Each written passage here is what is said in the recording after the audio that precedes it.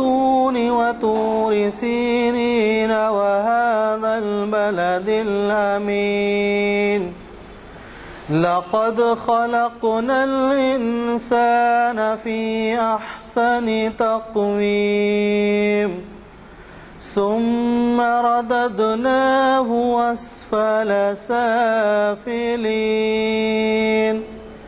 إلا الذين آمنوا وعملوا الصالحات فلهم أجر غير ممنون فما يكذبك بعد بالدين أليس الله بأحكم الحاكمين صدق الله العظيم.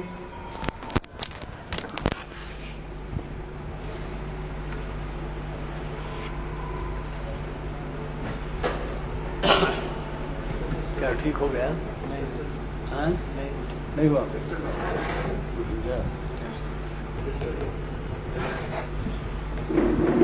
السلام علیکم حضرات. جیسے کہ آج ہمارے اعلامیہ نمبر 403 کا دوسرا آئٹم بعنوان ہندوستان میں مسلمانوں کی آمد، ڈاکٹر سید شاہد علی عباسی صاحب جو آپ کے جانے پہچانے مقرر ہیں اور اب تک انہوں نے کئی نشستوں میں ہمیں استفادے کا موقع دیا ہے مختلف عنوانات سے، وہ تشریف لا چکے ہیں اور یہ جو عنوان ہے انہی کا دیا ہوا عنوان ہے. تو اس میں آج کی نشست جو ہے تاریخ اسلام کی 524ویں نشست ہے. میں اگلا پروگرام تو آپ کو بعد میں سناؤں گا. فی الوقت ان سے گزارش کرتا ہوں کہ وہ شہ نشین پر تشریف لائیں اور اپنے خطاب سے ہمیں نوازیں.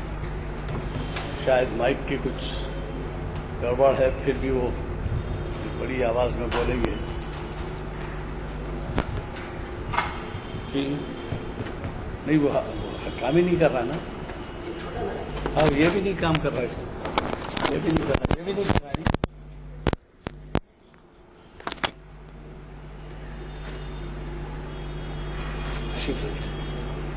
جی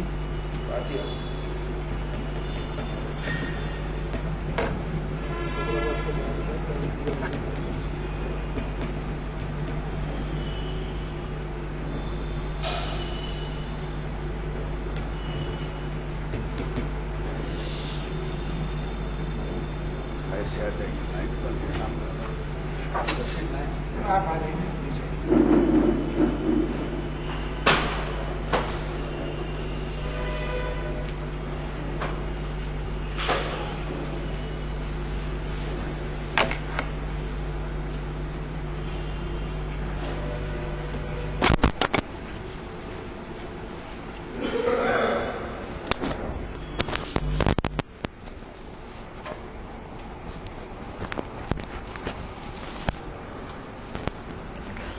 اعوذ باللہ من الشیطان الرجیم بسم اللہ الرحمن الرحیم اللہم ارنا الحق حقا وارزقنا اتباعہ وارنا الباطل باطلا وارزقنا اجتنابہ.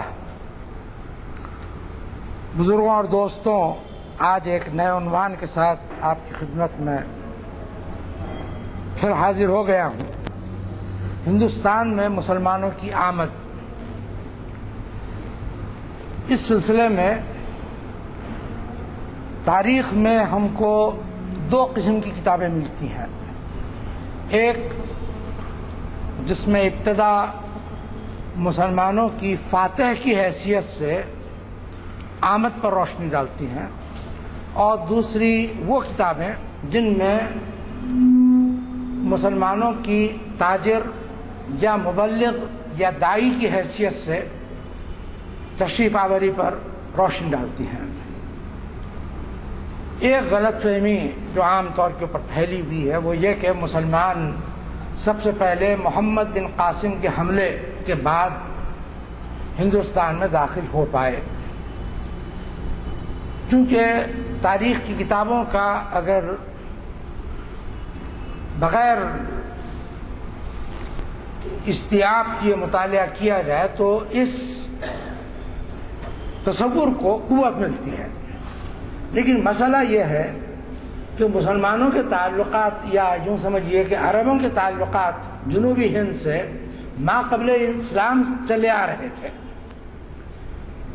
عربوں کو جہاز رانی میں ایک درجے مہارت حاصل تھی، اور ان کے جہاز ساحل سے ہوتے ہوئے بیبل یا دابل یا ڈابھیل اب کہلاتا ہے، وہاں سے ہوتے ہوئے کونکن، اور کونکن سے بمبئی، اور بمبئی سے نیچے اترتے ہوئے کیلیکٹ آتے تھے، اور پھر یہ مالابار کوسٹ کی بات ہو گئی، ساحل مالابار، اور پھر گھومتے ہوئے یا تو لنکا جاتے تھے یا لنکا سے پہلے مڑ جاتے تھے بائیں جانب، اور پھر ہندوستان کا جو مشرقی ساحل تھا کورومنڈل کوسٹ، وہاں پر ان لوگوں کی آبادیاں تھیں، ان لوگوں کے تعلقات تھے، وہاں رک جاتے یا پھر اور آگے بڑھتے، اور آگے بڑھ کر یوں سمجھیے کہ ساؤتھ ایسٹ ایشیا جو علاقہ کہلاتا ہے، جنوب مشرقی علاقہ جس میں انڈونیشیا اور ملیشیا وغیرہ آتے ہیں،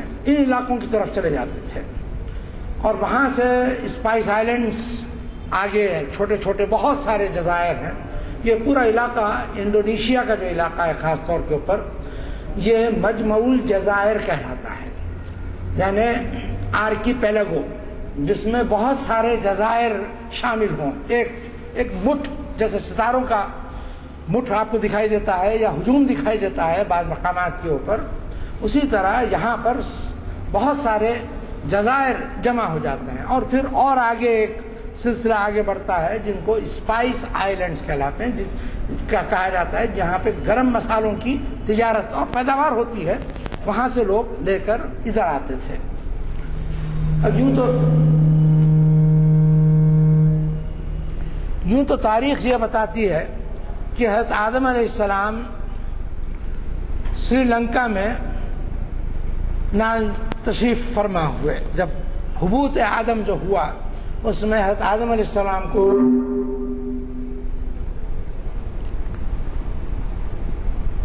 لنکا کو شرف بخشنے کا ذکر ملتا ہے، اور پھر لنکا سے ہندوستان آئے، اور پھر ہندوستان سے پیادہ پا چلتے ہوئے جزیرۃ العرب کی طرف گئے، جہاں جو مقام آج جدہ کہلاتا ہے، وہاں پر حضرت حوا کو اتارا گیا، تو وہاں دونوں کی ملاقات ہوئی جدہ میں۔ اب یہ تاریخی بیان ہے، لیکن اس کی جو روایتیں ہیں وہ مصدقہ یا صحیح روایتیں نہیں سمجھی جاتی۔ جو تاریخ حدیث سے واقف ہے یا اصول اور نقد حدیث سے واقف ہے وہ یہ جانتا ہے کہ ان روایات کو جب اصول نقد پر جانچا جائے تو صحیح نہیں ثابت ہوتے ہیں، یہ بھی نہیں ہے کہ غلط ثابت ہوتی ہیں۔ صحیح نہ ہونا یہ ضروری نہیں کہ وہ روایت غلط ہو، صرف یہ ثابت ہوتا ہے کہ یہ روایتیں ضعیف ہیں، کمزور روایتیں ہیں، بہرحال جو کچھ ہے۔ اور پھر سنگ اسود حضرت آدم علیہ السلام کے ساتھ نازل کیا گیا تھا، وہ لے کر خانہ کعبہ اب جہاں ہے وہاں تشریف لے جاتے ہیں، اور وہاں پر حضرت جبرائیل علیہ السلام کے حکم پر خانہ کعبہ کی تعمیر ہوتی ہے۔ پہلی تعمیر خانہ کعبہ کی بیت المعمور کے محاذی خانہ کعبہ کی تعمیر وہاں حکم ہوتی ہے، اور اپنے دست مبارک سے سنگ اسود اس عمارت میں نصب کرتے ہیں۔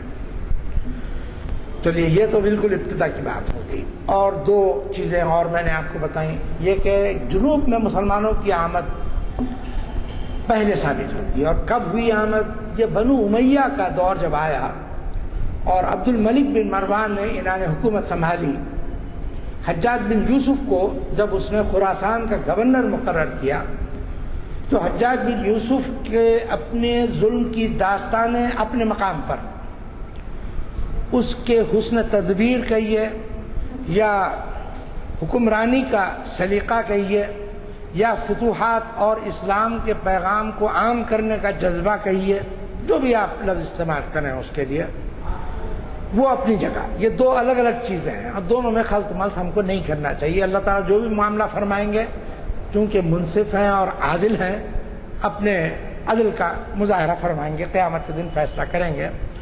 یہاں اس نے یہ محسوس کیا، کچھ واقعات ہوئے جن میں ایک واقعہ تو ہوا عبد الملک بن مروان کے دور میں، جس میں ایک جہاز جس میں لنکا کے راجا نے خلیفہ اموی خلیفہ کو تحفے میں کچھ گرم مسالے اور کچھ زیورات اور کچھ جواہر وغیرہ بھیجے تھے، ان کے اوپر علاقہ سندھ کے لوگوں نے حملہ کیا. چونکہ ہواؤں کا پابند ہوتا تھا، بادبان لگے رہتے تھے، ہوائیں جس طرف لے جائیں جہاز اس طرف جاتا تھا.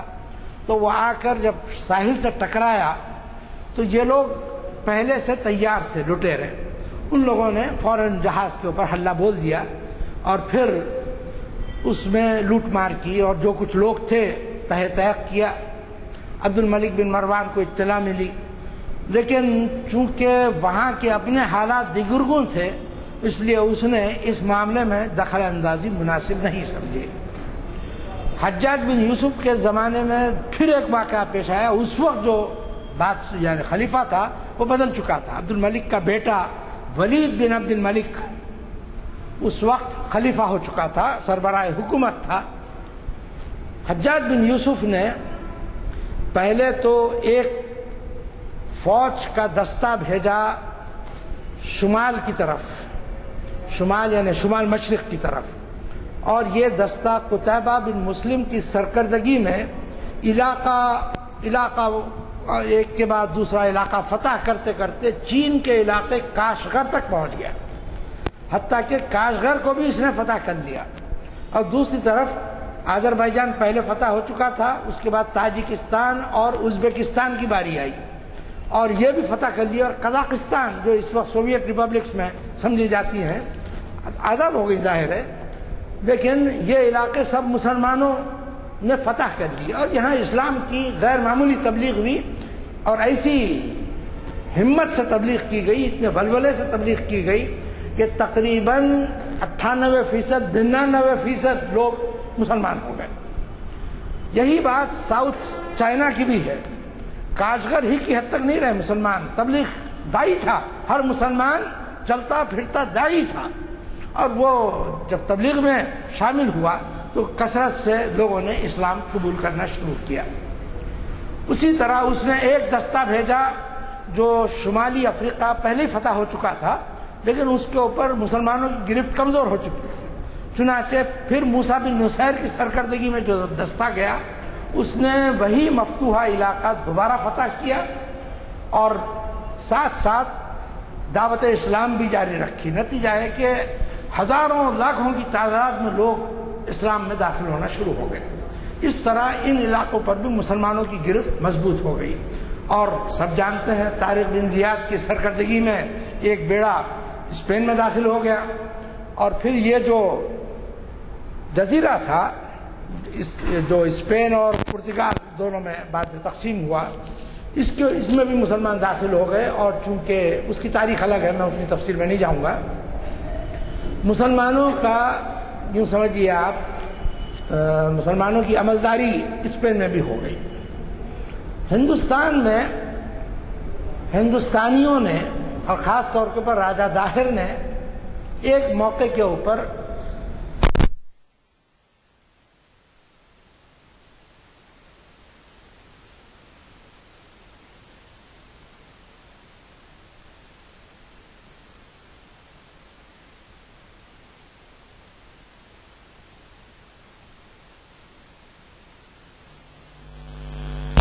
تھا کہ ہمارے معاملات میں دخل مت دو، ہم دعوت و تبلیغ کرتے ہیں، آزادی سے ہم کو دعوت و تبلیغ کرنے دو.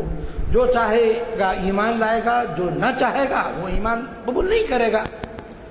راجہ کے لیے یا بادشاہ کے لیے یہ ضروری نہیں کہ وہ اگر جہنم میں جانا چاہتا ہے تو اس کے ساتھ اس کی ساری رعیت جائے. ہر انسان آزاد پیدا کیا گیا ہے، لہذا ہر انسان کو آزادی ہے، جس دین کو چاہے قبول کر لے. اس فارمولے پہ عمل کرتے تھے، اور جو دشمنوں کا ساتھ دیتا تھا ان کو پھر سبق بھی سکھانا ضروری ہو جاتا تھا۔ چنانچہ حجاج بن یوسف نے اس سبق سکھانے کے لیے پہلے عبداللہ کو بھیجا، بہت زبردست شکست فاش ہوئی، پھر بدیل کو بھیجا، اس کی فوج کو بھی شکست فاش دی، اور ایسی یعنی صرف شکست دینا نہیں ہوا بلکہ چن چن کے جتنے فوجی آئے تھے ان کا قتل عام اس کی فوج نے جائز رکھا۔ یہ پس منظر میں آپ کو بتا رہا ہوں تاکہ ذہن میں رکھیں کہ اس وقت کا ہندو ذہن کس طرح سوچتا تھا اور کس طرح عمل کرتا تھا۔ اب حجاج بن یوسف کو اس کے بعد یہ خبر ملی کہ سری لنکا سے ایک جہاز جو کچھ تحائف خلیفہ کے لیے لے کر آ رہا تھا، اور اس کے ساتھ کچھ تاجر بھی تھے جو اپنا سامان تجارت لے کر آ رہے تھے، اور تیسرے جو مسلمان سری لنکا میں قیام پذیر تھے ان کی بیوائیں اور ان کے بچوں کو ان کے خاندانوں سے ملانے کے لیے کچھ لوگ ان میں کے بھی شامل تھے۔ یہ جہاز پھر ٹکراتا ہے آ کر ساحل سے، اور یہ مقام بتایا گیا دیگل کا مقام، اور وہاں دوبارہ لٹیرے حملہ کرتے ہیں اور پھر جو کچھ ملتا ہے سب لوٹ لیتے ہیں، اور پھر ان میں کا ایک آدمی کیسے بچ جاتا ہے وہ ہم کو نہیں معلوم، اور آج میں اس موقف میں نہیں کہ اس کے اوپر کچھ روشنی ڈال سکوں، لیکن وہ آدمی کسی طرح بچتا ہے اور بچ کے حجاج بن یوسف کے پاس پہنچتا ہے، پہنچ کے کہتا ہے کہ حجاج تجھے اس مظلوم عورت نے پکارا تھا، تیرا کیا جواب ہے؟ یا حجاج المدد یا حجاج۔ حجاج کرسی کے اوپر سے ایک دم جو بیٹھا تھا کھڑا ہو جاتا ہے، کہتا ہے میں آ رہا ہوں، اور پھر اس نے محمد بن قاسم جو اس کا بھتیجا تھا، جس کی بابت بعض لوگوں نے غلطی سے یہ لکھا کہ اس کا بھائی تھا، بھائی نہیں تھا، اس کا بھتیجا تھا اور داماد بھی تھا، اس کے تحت ایک فوج پوری تیاریوں کے ساتھ بھیجی، اور تیاریوں کا یہ عالم تھا کہ سرکہ بھی ساتھ تھا اور سوئی دھاگا بھی ساتھ تھا کہ اگر کبھی ضرورت پڑ جائے تو سوئی دھاگے کی بھی کسی سے مدد لینے کی ضرورت نہیں، فوج میں ہر چیز رہے، ہر چیز اس نے فوج کے ساتھ کر دی۔ اور محمد بن قاسم جیسا 17 سال کا ایک مسلمان نوجوان سپہ سالار بنایا گیا اور اس کو بھیجا، اور جہاں پر جب فوجیں آئیں تو یہ اپنے اس غرور میں مبتلا تھے کہ 2 فوجوں کو تو ہم نے پہلے ہی تہہ تیخ کر دیا، یہ کیا نوجوان لڑکا ہے، اس کی فوج کے ساتھ بھی ہم وہی سلوک کریں گے۔ اور یہاں پر ہمارے یہ الگ گاڑیاں بنائی جاتی تھیں، تو بہت بڑی ایک منجنیق تھی، وہ ساتھ تھی، وہ لے کر آئے، اور وہ جب چلنا شروع ہوئی بارود اس میں ڈالتے تھے اور پھر فائر کیا جاتا تھا، اور ظاہر ہے بارود کے گولے کا کیا اثر ہوتا وہ اثر ہونے لگا، نتیجہ ہے کہ قلعے کی دیواریں منجنیق کے گولے نہیں برداشت کر پائیں اور پھر ٹوٹ گئیں، اور مسلمانوں نے ہلہ بولا، اور پھر راجہ داہر کو گرفتار کیا گیا اور اس کے سامنے پیشکش رکھی گئی، اس کی ایفائے عہد وغیرہ کی باتیں ہوئیں، اور جس طرح اس نے گستاخانہ اور مغرور انداز اپنایا تھا اس پہ باس پرس کی گئی، لیکن اس کا دماغ اپنی جگہ نہیں تھا۔ ایک تو مسلمانوں کا جیت جانا اور اس کے علاقے کے اوپر حملہ آور ہو کر قبضہ کر لینا، اس کا دماغ اپنی جگہ سے غیر متوازن ہو گیا، اور اس نے مختلف باتیں کرنا شروع کی، اور لوگوں نے مشورہ کر کے یہی محسوس کیا کہ اس کے لیے ایک ہی سزا ہے، قتل، اور اس کو قتل کر دیا گیا۔ اب اسلامی شریعت اس موقع پر کیا بولتی ہے یہ ایک الگ مسئلہ ہے۔ وہاں پر قتل کرنے کے بعد جب محمد بن قاسم آگے بڑھتا گیا، کل 4 سال ہندوستان میں صرف 4 سال رہ پایا، کیونکہ اس کی فتح یابی کی اطلاع ملی حجاج کو، لیکن فتح یابی کی خبر سننے کے کچھ ہی عرصے بعد حجاج فوت ہو گیا، اور حجاج کے فوت ہونے کے 1 سال کے اندر ولید بن عبد الملک بھی فوت ہو گیا۔ نتیجہ یہ کہ جو خلیفہ کی سرپرستی تھی اور والی خراسان کی سرپرستی تھی، اس سے محمد بن قاسم محروم ہو گیا۔ اب دیکھیے تاریخ کیسا کرشمہ دکھاتی ہے کہ شمال میں یہ فتوحات کا سلسلہ جو شروع ہوا، یہ اپنی جگہ وہاں پہ خلیفہ بدل گئے۔ ولید بن عبد الملک کی جگہ سلیمان بن عبد الملک نے لے لی، اور اس کے دل میں پہلے سے حجاج بن یوسف کے خلاف میل تھا۔ اس کا ایک پرانا قصہ ہے، میں اس تفصیل میں نہیں جاؤں گا چونکہ اس وقت ہندوستان میں مسلمانوں کی آمد یہ موضوع ہے۔ بہرحال ہوا یہ کہ راجہ طاہر کی بیٹی پیش کی گئی سلیمان کے سامنے، اور اس نے ایک کہانی سنائی۔ کہانی یہ سنائی کہ اس کو بجائے خلیفہ کے لیے پاکیزہ رکھنے کے محمد بن قاسم نے اس کے ساتھ گھناؤنا کھیل کھیلا، اس کو بے آبرو کیا، اور سلیمان صاحب بھی پہلے سے خفا تھے پورے خاندان سے۔ محمد بن قاسم کو حکم دیا کہ فوراً واپس آؤ۔ محمد بن قاسم جس حال میں تھے اسی حال میں واپس آؤ، بس اسی حال میں وہ نکل پڑے، اور وہاں جاتے ہی بغیر تحقیق کے حکم یہ ہوا قید خانے میں ڈال دیا۔ اور راجہ طاہر کی بیٹی نے جو داستان سنائی تھی اس کی بھی تحقیق ہونی چاہیے تھی، اسلامی شریعت کا تو یہی طریقہ ہے۔ عمر بن عبد العزیز کو یہ خبر ملی، وہ روانہ ہو گئے، جس علاقے کے گورنر تھے، ان کی سفارش کے لیے، لیکن اس وقت تک سلیمان بن عبد الملک حکم دے چکا تھا۔ نتیجہ یہ کہ آپ ذرا تصور کیجئے، جب آدمی کا دماغ بگڑتا ہے تو کیا ہوتا ہے۔ محمد بن قاسم کی کوئی صفائی نہیں سنی گئی، کوئی تحقیق نہیں کی گئی، حکم یہ دیا گیا کہ بچھڑا مار کر اس کی کھال میں محمد بن قاسم کو زندہ سی دیا جائے۔ چنانچہ ایک بچھڑا ذبح کیا گیا اور اس کی کھال میں محمد بن قاسم کو زندہ سی دیا گیا، اور ہوا یہ کہ دم گھٹ کے اس میں انتقال کر گیا۔ یہ ہماری جو زیادتیاں اسلاف نے کی، پتہ نہیں ان لوگوں سے کیسے اللہ کی بارگاہ میں جواب بن پڑے گا، ہم نہیں جانتے۔ اور جب قتل ہو گیا محمد بن قاسم ختم ہو گیا، تو لڑکی ہنس کے کہنے لگی یہ تو تم کو بیوقوف بنانے کے لیے میں نے کہانی گڑھی تھی، اب کیا کر سکتے تھے۔ چنانچہ کچھ ہی دنوں کے بعد اللہ کا عتاب نازل ہوا، سلیمان بن عبد الملک بھی چلے، لیکن جانے سے پہلے انہوں نے عقل مندی کا یہ کام کیا کہ عمر بن عبد العزیز کو اپنی جگہ خلیفہ نامزد کیا۔ یہاں مسلمان جو جنوبی علاقے میں آئے، ان لوگوں کو راجاؤں نے زمینیں الاٹ کی، بڑی بڑی زمینیں، تاکہ وہ یہاں پہ بسیں اور یہاں کے لوگوں کو فنون حرب سکھائیں، فنون تجارت سکھائیں۔ چنانچہ یہاں پر لوگ بس گئے، آبادیاں ان کی یہاں قائم ہو گئیں، اور اس وقت جو کونکن کا علاقہ ہے وہاں پر آپ دیکھیں گے مسلمان ہیں، اور ان لوگوں کے ابھی بھی عربی نقوش پائے جاتے ہیں۔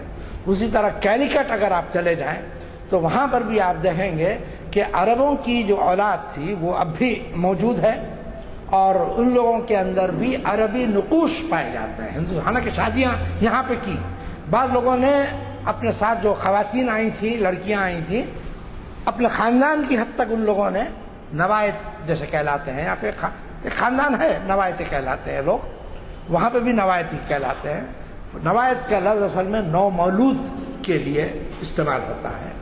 تو اس میں ہاشمی خاندان یعنی بنو ہاشم کے لوگ تھے، حضرت ابوبکر صدیق کے خاندان کے لوگ تھے، حضرت عمر فاروق کے خاندان کے لوگ تھے، اور دیگر سادات حسنی اور حسینی سادات بھی تھے۔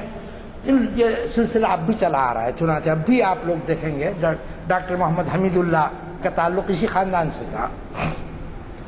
بہرحال ان لوگوں نے یہاں پر اپنے آپ کو، کچھ لوگوں نے علم کی خدمت میں مشغول رکھا، کچھ لوگوں نے دعوت میں مشغول رکھا، کچھ لوگوں نے تجارت میں مشغول رکھا، لیکن ایک اچھی خاصی تعداد ایسی بھی تھی جن لوگوں نے یہاں کی مقامی خواتین سے نکاح کر دیا اور ان سے اولاد ہوئی اور وہ سلسلہ آگے بڑھا، لیکن اس کی وجہ سے نقوش جو تھے چہرہ اور جسم وغیرہ کے اس میں تبدیلیاں آئیں، اس لیے کہ جنوبی ہند کے جو باشندے ہیں، اگر آپ لوگ مدراس اور کیرلا وغیرہ کی طرف گئے ہوں یا ان لوگوں سے ملاقاتیں کی ہوں، خاص وہاں کے رہنے والوں سے، تو آپ دیکھیں گے بہت فرق ہے، بہت زیادہ فرق ہے۔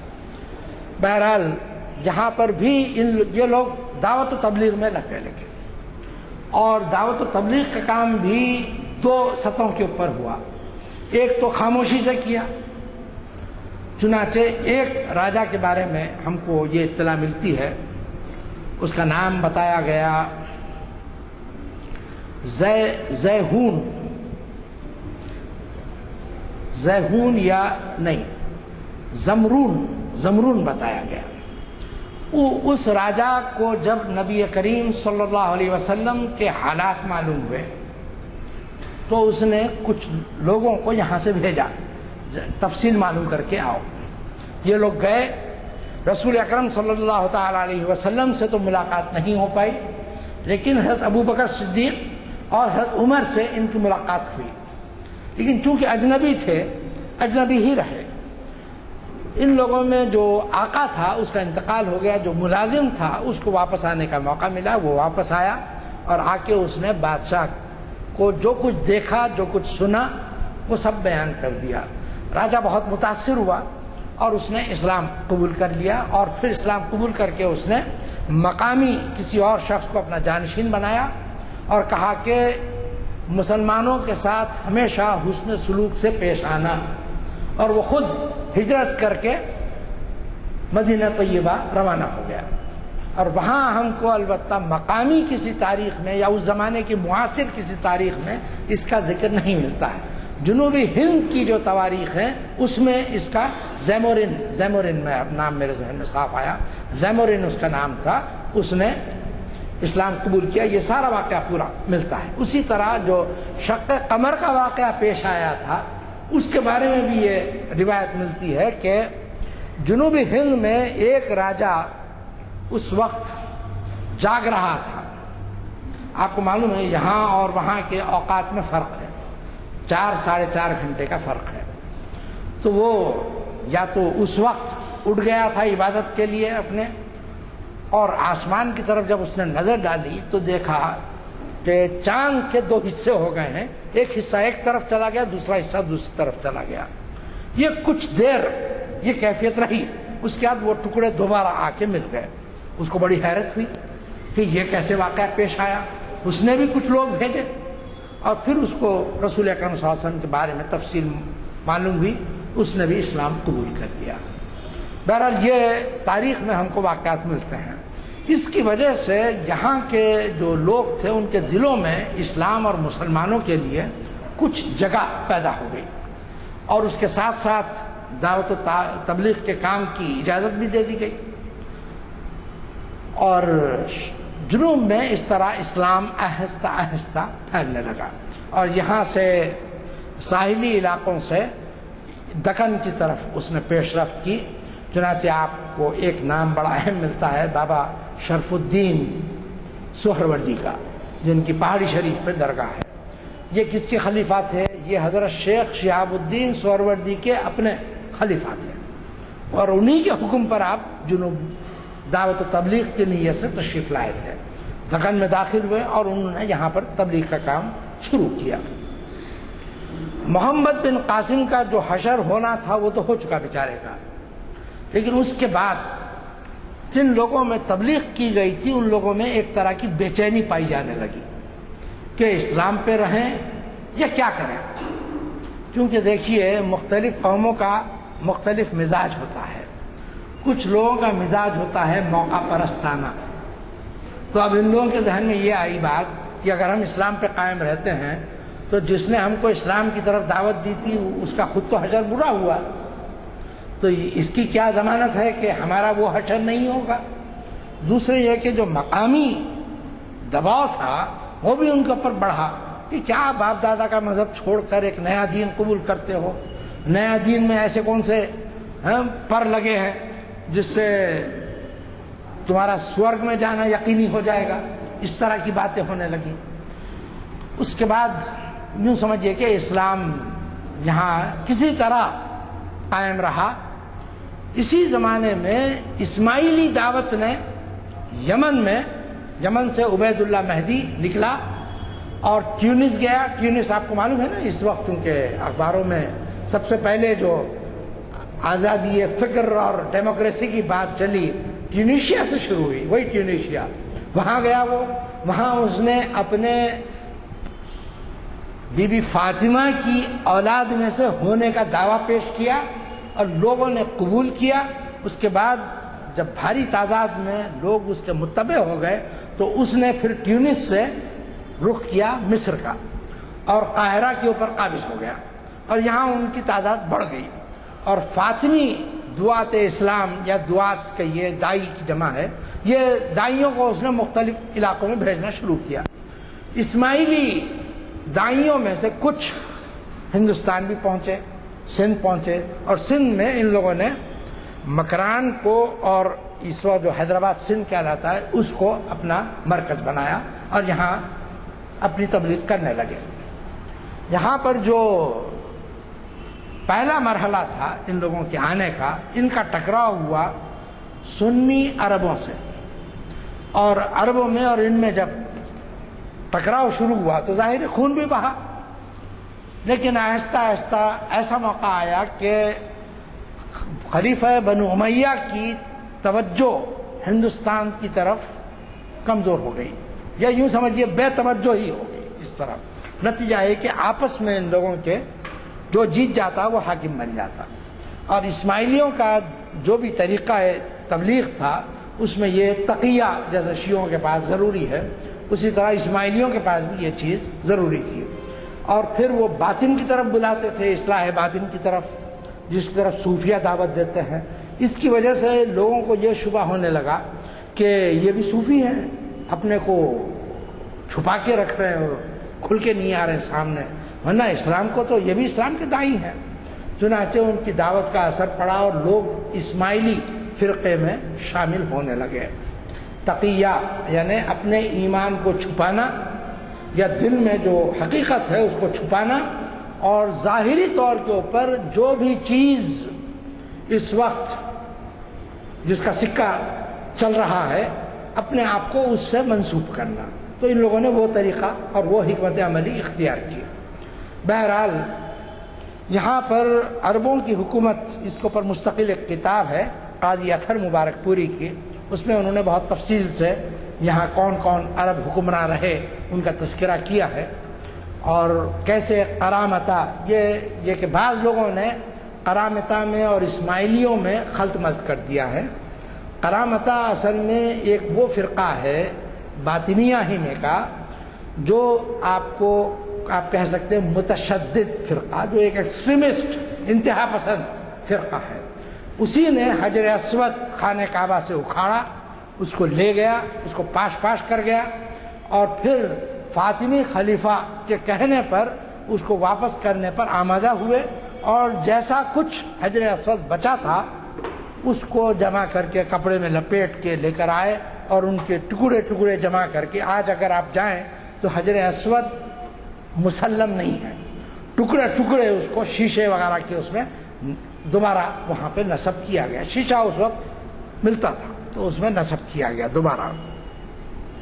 بہرحال یہ مسلمانوں کی ابتدائی آمد تھی.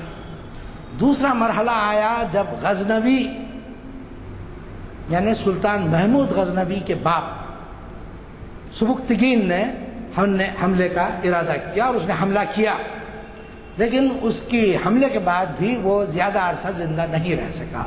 تو اس کے بیٹے محمود غزنوی نے ایک کے بعد ایک حملے کرنے شروع کیے. 17 حملے اس کے تاریخ میں محفوظ ہیں. ان 17 حملوں میں ایک حملہ اس کا جو سومناتھ مندر پر کیا اس نے, اور اس کا مشہور جملہ کہ میں تاریخ میں بت فروش ہونے کی حیثیت سے نہیں بلکہ بت شکن کی حیثیت سے جانا جاؤں اور اس پہ مجھے فخر ہوگا. اب پتہ نہیں اس نے واقعی کہا نہیں کہا, لیکن تاریخ یمینی جو اس کے زمانے میں لکھی گئی اس میں تو اس کا اندراج موجود ہے. بہرحال اس نے دولت لوٹی اور جو کچھ کرنا تھا کیا. لیکن اس کے جو اب اس وقت ہم شریعت کے نقطہ نظر سے نہیں دیکھ رہے ہیں، صرف ایک مورخ کی حیثیت سے بلکہ تاریخ کے طالب علم کی حیثیت سے میں آپ کے سامنے واقعات رکھ رہا ہوں۔ اور پھر محمود غزنوی کا جب ختم ہوا دور اور وہ ختم ہو گیا تو اس کے بیٹے سلطان مسعود بنا، اور اس نے یہ چاہا کہ اس سلسلے کو جاری رکھے۔ جسمانی طور کے اوپر کہا جاتا ہے کہ وہ محمود غزنوی سے کئی درجے زیادہ طاقتور تھا، بہت زیادہ طاقت تھی، پتہ نہیں باقاعدہ ایکسرسائز کرتا تھا یا کیا تھا، لیکن جسمانی طور کے اوپر کہا جاتا ہے کہ اس کا کوئی اس سے کوئی مقابلہ نہیں کر پاتا، لیکن ذہنی طاقت جس کو کہتے ہیں اس میں اتنا مضبوط نہیں تھا جیسا محمود غزنوی کا ذہن تھا۔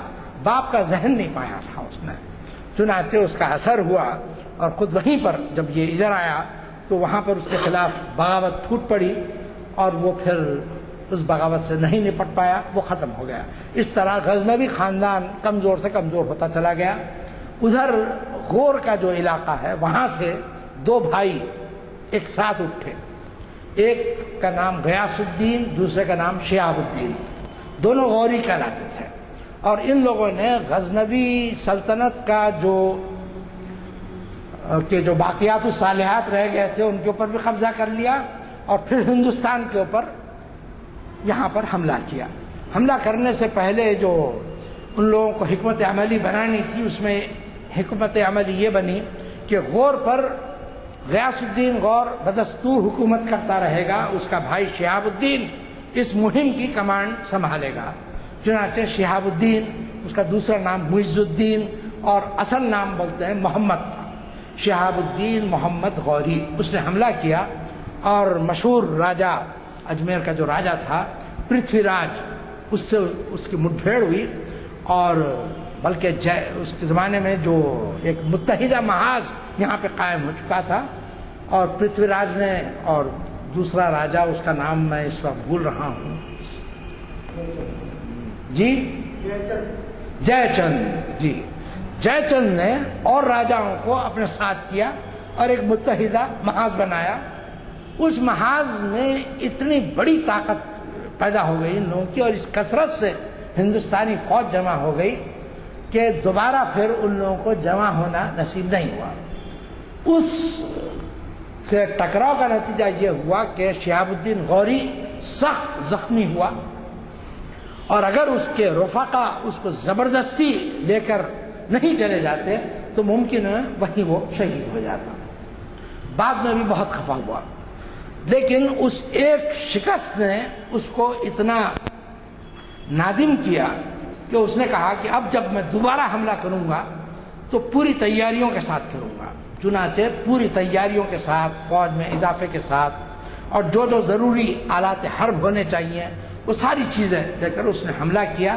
اور اس کے ساتھ یہاں پر یہ پرتھوی راج کے سوئمبر کا واقعہ ہو چکا تھا، جے چند کی بیٹی کے ساتھ اس نے جس طرح، وہ واقعی ایک افسانہ ہم سمجھتے ہیں، لیکن تاریخ میں اس کو ریکارڈ کیا گیا ہے، اور یہ واقعہ ہو چکا تھا جس کی وجہ سے جے چند پرتھوی راج کا مخالف ہو گیا تھا۔ نتیجہ ہے کہ جس طرح ان لوگوں نے جتھے پہلے جمع کیے تھے دوبارہ بھی آواز لگائی، لیکن دوبارہ اتنی بڑی فوج جمع نہیں ہو پائی، اور اس مرتبہ جے چند کو بھی شکست ہوئی، پرتھوی راج کو بھی شکست ہوئی، اور شہاب الدین غوری نے یہاں پر حکومت قائم کر دی۔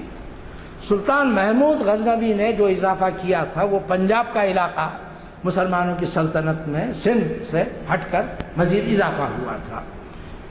اس نے سلطان شہاب الدین غوری نے اجمیر تک مسلمانوں کی حکومت قائم کر دی، اور یہاں پر مختلف علاقے اپنے غلاموں میں، غلام جو سالار تھے اس کے، ان لوگوں میں تقسیم کر دیا۔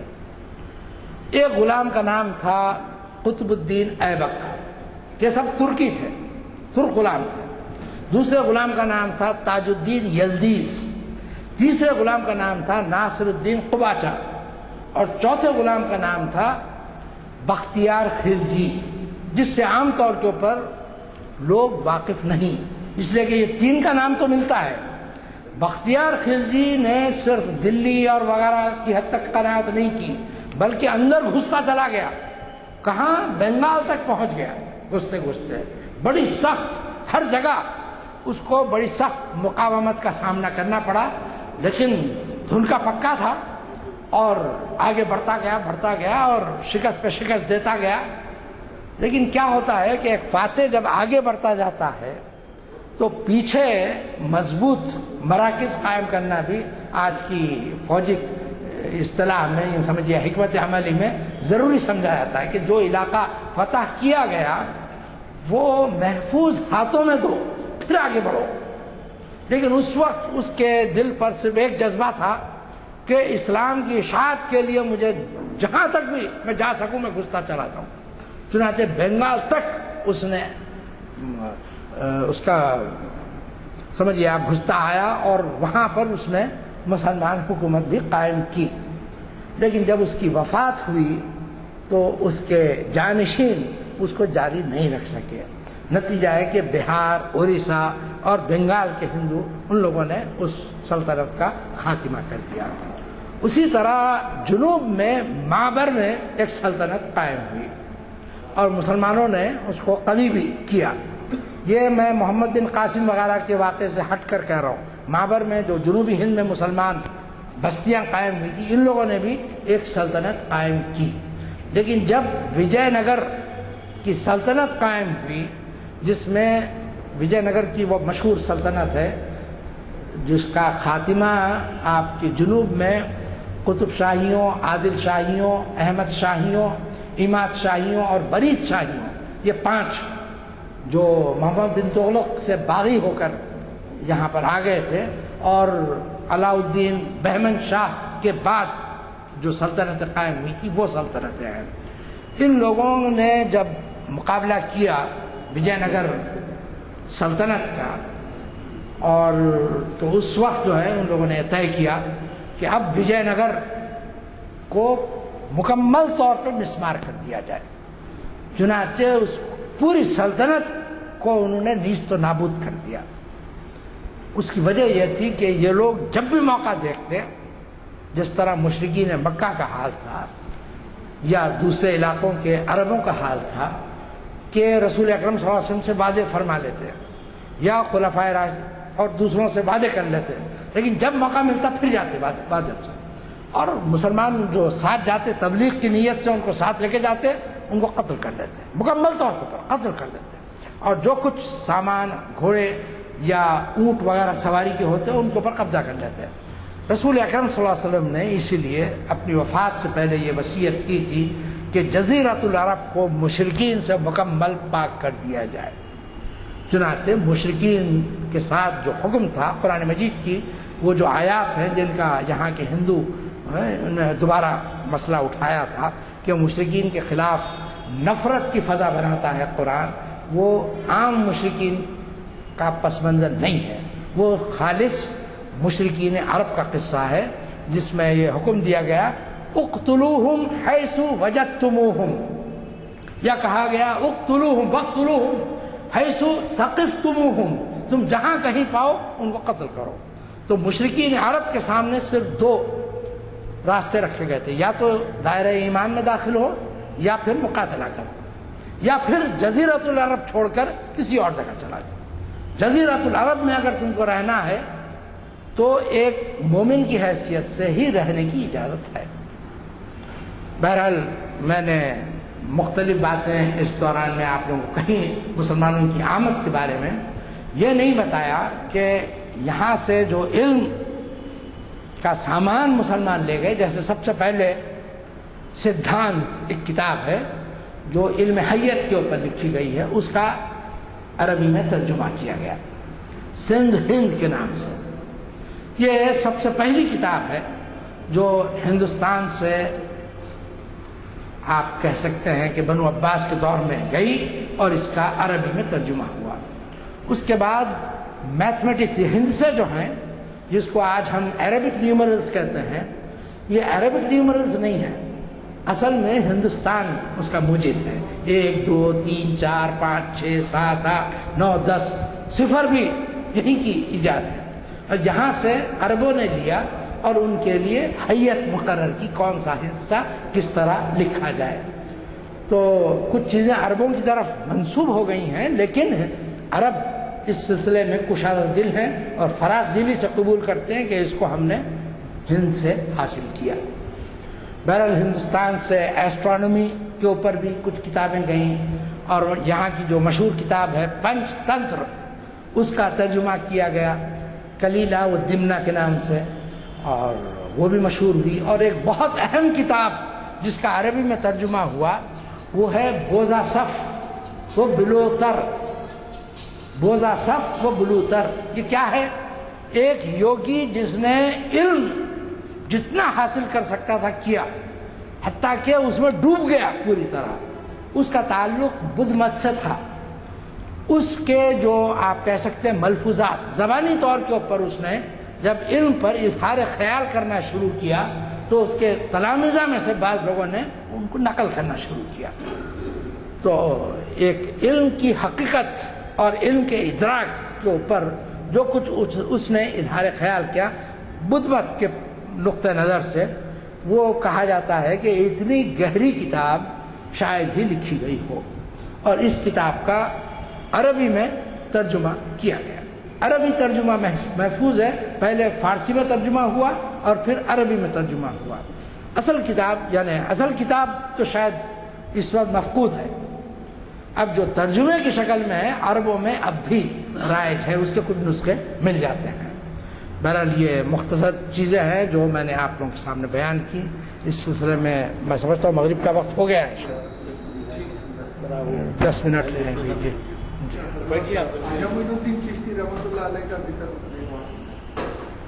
خواجہ معین الدین چشتی علیہ الرحمہ سلطان شہاب الدین غوری کے زمانے میں تشریف لائے.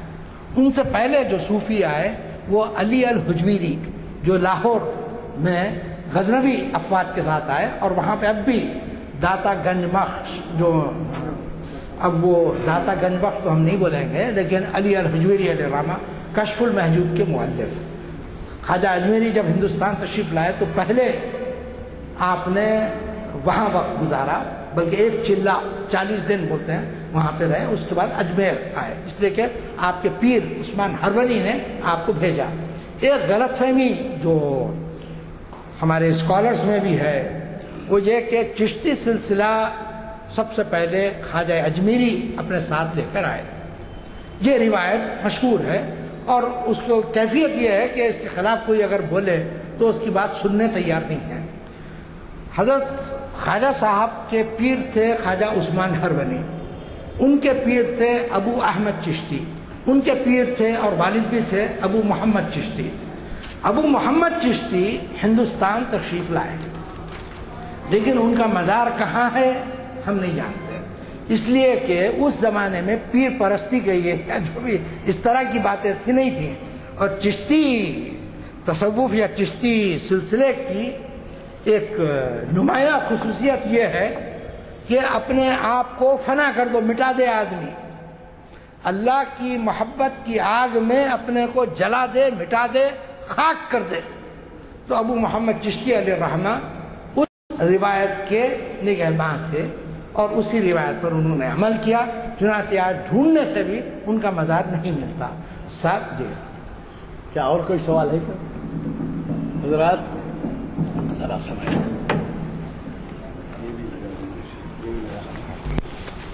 ابتدا میں کچھ تھوڑی سی فنی دشواری کی وجہ سے تعارف نہیں کیا جا سکا، کیونکہ یہ ویب سائٹ دنیا کی کئی مقامات پہ دیکھا جا رہا ہے، اس لیے چند جملے کہنا ضروری ہے.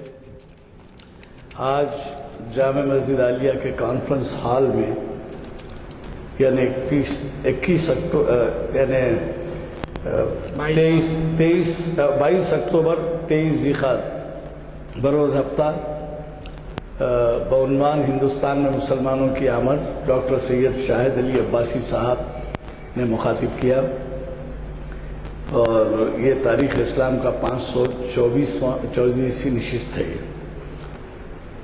ہمیں خوشی ہے کہ آپ حضرات کے تعاون سے یہ سلسلے محافل جاری ہے. اور اس میں خادم محفل غلام یزدانی آپ سے مخاطب ہیں. میں حسب رواج آپ کے سامنے اگلا پروگرام بھی پیش کیے دیتا ہوں. اس کے اگر آپ کو کاپیز نہیں ملے ہیں تو لیتے ہوئے جائیے.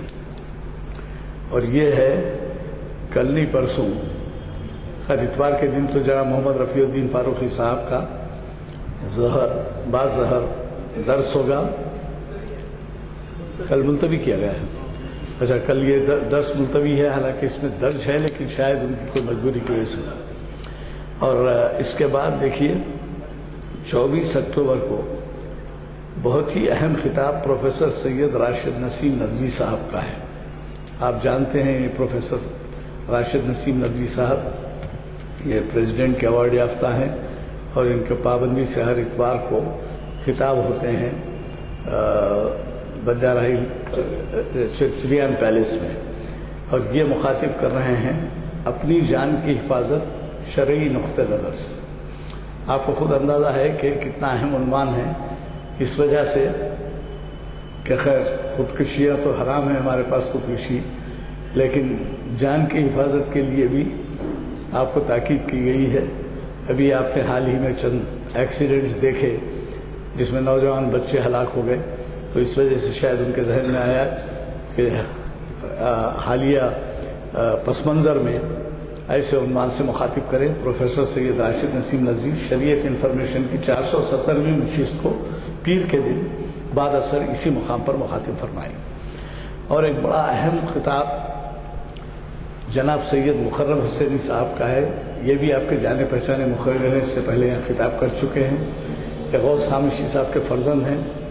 اور یہ کہہ رہے ہیں، یہ عنوان دیا ہے انہوں نے اقبال اور صوفیزم. اس کی بھی اہمیت سے آپ واقف ہیں. محفل اقبال شناسی کی 638ویں نشست ہے، اور اسی جگہ پر 26 اکتوبر بعد نماز عصر چہارشنبہ منعقد ہوگی، یعنی جامع مسجد عالیہ کے کانفرنس ہال گن فاؤنڈری میں. میں آج کے خطاب کے بارے میں کچھ عرض نہیں کروں گا، اس وجہ سے کہ آپ کو خود اندازہ ہوا ہوگا کہ ہمیں کتنا استفادے کا موقع ملا ہے. اور ہمیں بڑی خوشی ہے اس بات کی. مختلف اطلاعیں جو آ رہی ہیں، یہ کہا جا رہا ہے کہ مختلف مقامات پہ مختلف بر اعظم میں امریکہ، کینیڈا، لندن، یورپ وغیرہ ہر جگہ جو ہے ہمارے ویب سائٹ کو دیکھ رہے ہیں لوگ اور اس سے استفادہ کر رہے ہیں. آپ بھی کوشش کیجئے. ویب سائٹ کا نمبر لکھا ہوا ہے اور اس بلیٹن میں بھی ہے ویب سائٹ کا نمبر، تو یہ آپ اطلاع کر سکتے ہیں این آر آئیز کو کہ اس سے استفادہ کر سکتے ہیں. ہمارے علماء جو ہمیں وقت دیتے ہیں اور ان کی آسپریزی سے ہمیں جو استفادہ کا موقع ملتا ہے اس سے وہ کیوں محروم رہیں. ان سے بھی آپ گزارش کر سکتے ہیں، لکھ سکتے ہیں کہ بھئی آپ اس سے استفادہ کریے. میں آج کے مقرر صاحب سے دعا کی گزارش کرتا ہوں. یہ لو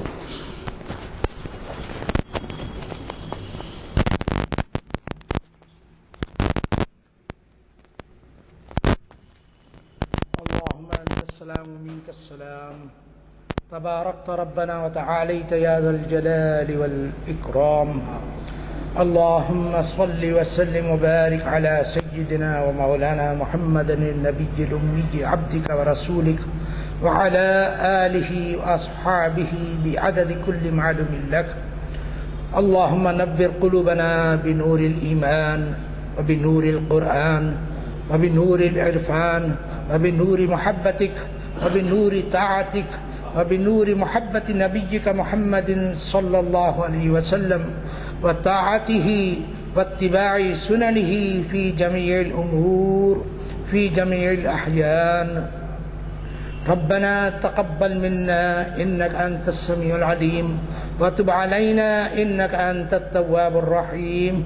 اللهم من أحييته منا فأحيه على الإسلام ومن توفيته منا فتوفه على الإيمان.